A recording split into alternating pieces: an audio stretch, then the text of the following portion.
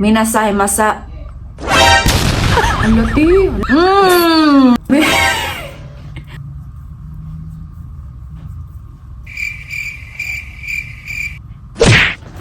Hey guys! Welcome back! Okay guys, so for today's video, gagayahin ko itong viral na Chinese blush hack kung saan talagang maglalagay sila ng blush kahit saang parte ng mukha mo. May technique sila kung paano ilagay yung blush.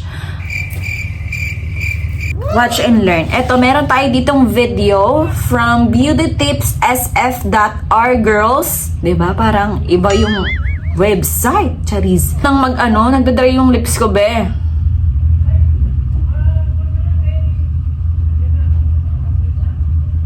Gamitin ko nga tong coconut oil lip treatment from Kaleidos. I love it. Ayan, guys. So, eto na ang viral Chinese blush technique. Ang haba! Kala mo naman, be, kung thesis. This is the Chinese viral blush hack na gagayahin natin. Okay, i-react muna natin tong video na ito. Naloloka ako dito. Oy!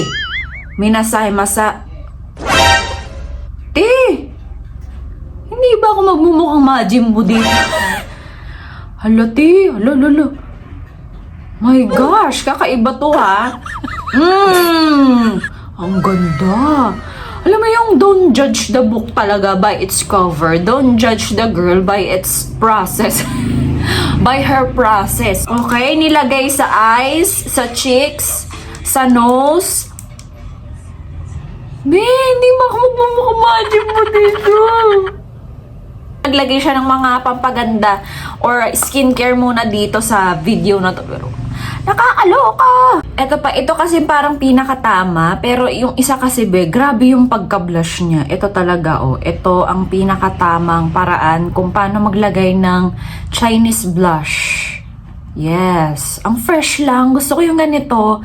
Alam mo yon, may tamang placement ang blush sa kanila. Kinalingan ni ate.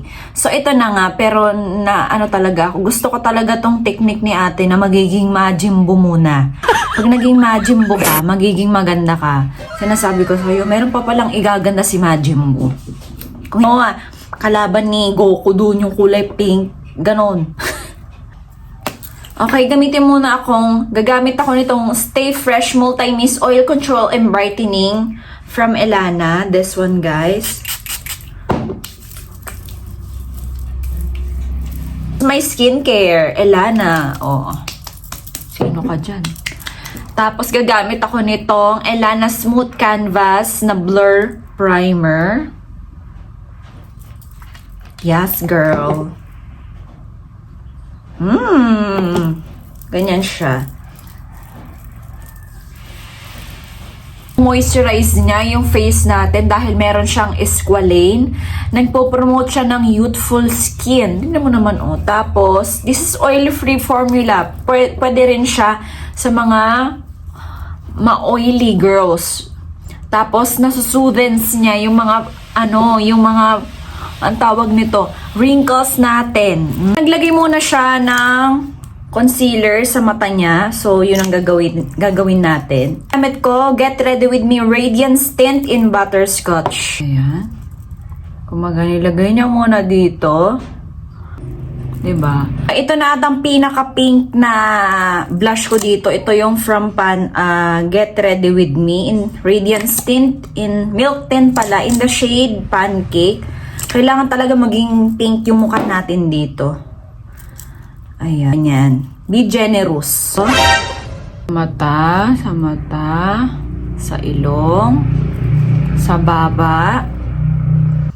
Okay, dito sa temple, taas ng ilong. Grabe naman, alam mo, ang powerful talaga nitong milk tea ng Get Ready With Me, no?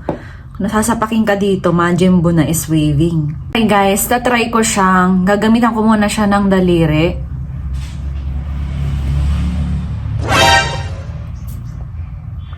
Ito na nga ba sinasabi ko eh. Daliri muna.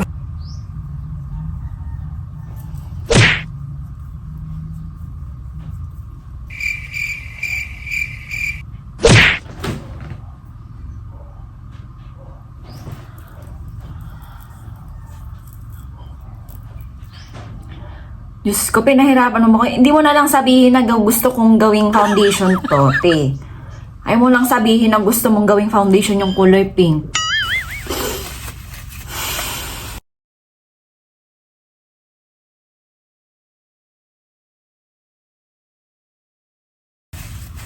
Hindi ko alam kung ano nga bang rason ni ate kung bakit ginawa ito.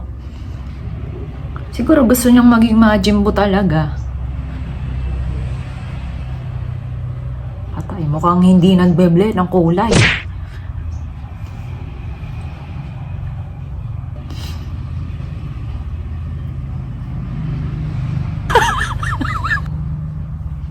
Oh, 'di ba? Na-adjust din naman pala. Yun nga lang, mukha tayong itlog na pula ngayon. 'Di ba? My God, ang pula. Totoong buhay, be. Ang pink-pink ng mata ay ng mukha ko. Para akong sisiw na binebenta sa simbahan. No?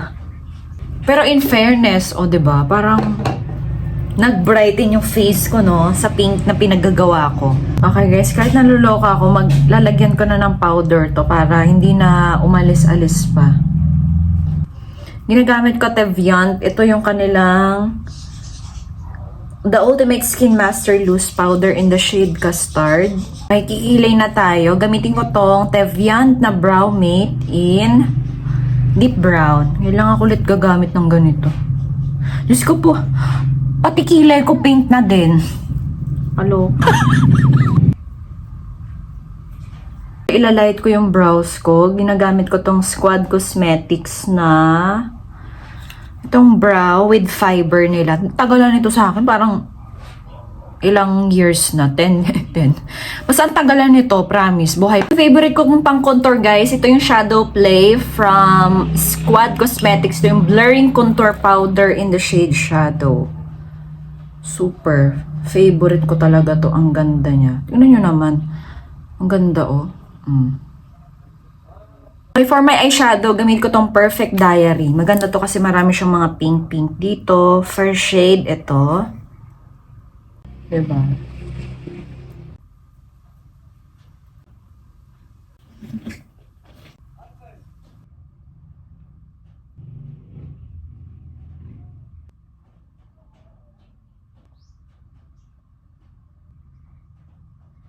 Ay, isa din to sa favorite ko na talaga na highlighter from Squad Cosmetics. Ito yung in the shade Main Character. Push, ang ganda niya. Bet ko siya. Lagay ko siya dito. Diba? Nakakalaki ng mata.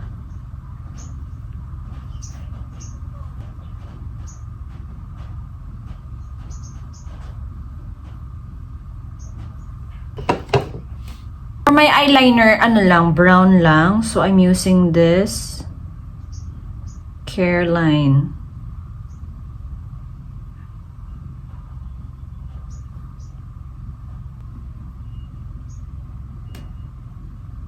Ito yung favorite kong mascara. This is from ZZ All Day Waterproof Lengthening Mascara. Ang ganda nito.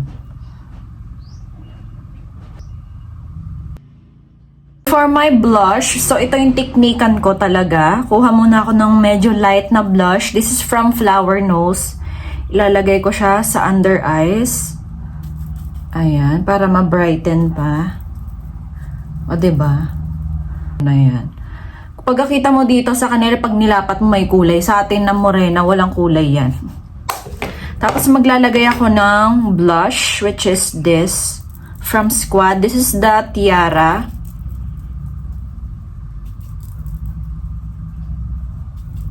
Yan, lagay ko muna siya dito. Kung saan nakatapat yung eyeballs mo, doon mo siya ilalagay.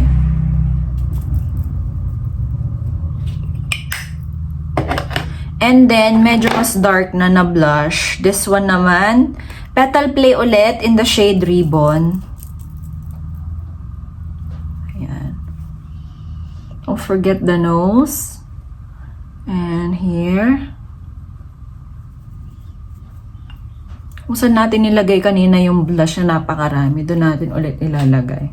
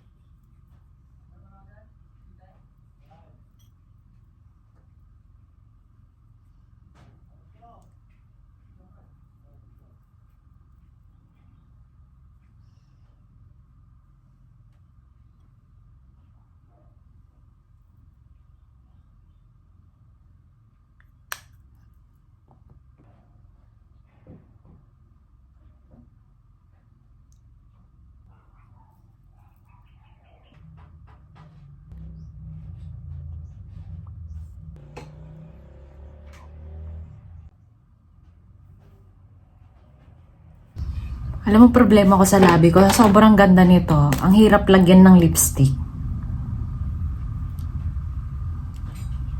Totoo lang. Promise. Nalilito ako. Hindi ko alam. Sobrang daming lipstick din. Hindi ko alam kung anong uunahin ko sa labi ko. Lahat maganda eh.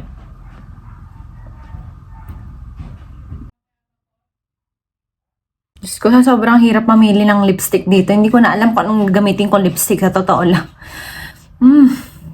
Anyways guys, this is the finished look. Hindi ko alam kung meron ba akong pink lipstick dito. Mukhang wala naman. Anyways, ito lang yung aking nakayanan sa pink blush na ito. So, majority nakikita nyo may blush dito, dito sa nose. Hindi masyadong halata sa nose. Sa nose, sa chin, ng nose, temples, cheeks. Diyan nilalagay ng mga Chinese chururut ang ating pinaggagawa dito ngayon. Ayan. Anyways guys, if you like this video, don't forget to like and share and pakalat nyo na merong ganito. Anyways, thank you so much guys for watching. Bye-bye!